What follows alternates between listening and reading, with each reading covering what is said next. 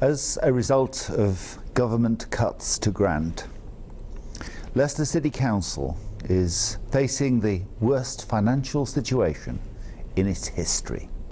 We've lost over half of the government support that we used to get, and there's more to come. Over the next 3 years, we face more savage cuts. In 2010, the Council received nearly £290 million in government grants. By the end of the decade, that will have reduced to less than £170 million. As a result of these cuts to government grant, the Council's overall budget will reduce to just over £277 million by the end of the decade.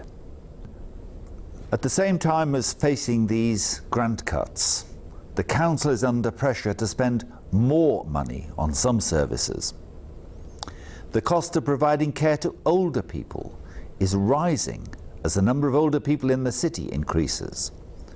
The amount we have to spend to make sure our vulnerable children are looked after is also increasing substantially.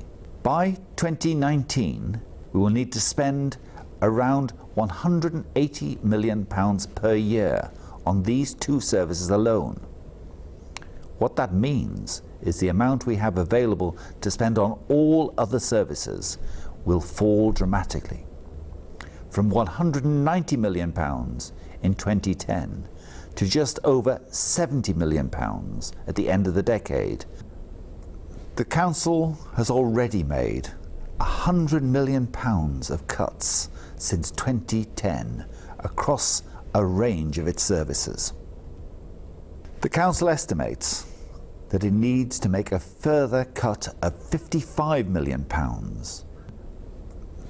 Cuts of £31 million have been identified and are in progress, but we still have over £23 million of cuts to identify.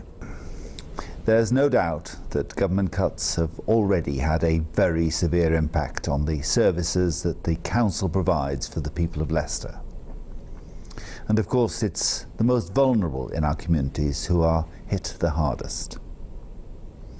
Over the next few years, there are even more savage cuts to come and even more difficult decisions to be made. But with the Council, I do intend to continue to try to protect Leicester from the worst that the government is trying to do to us.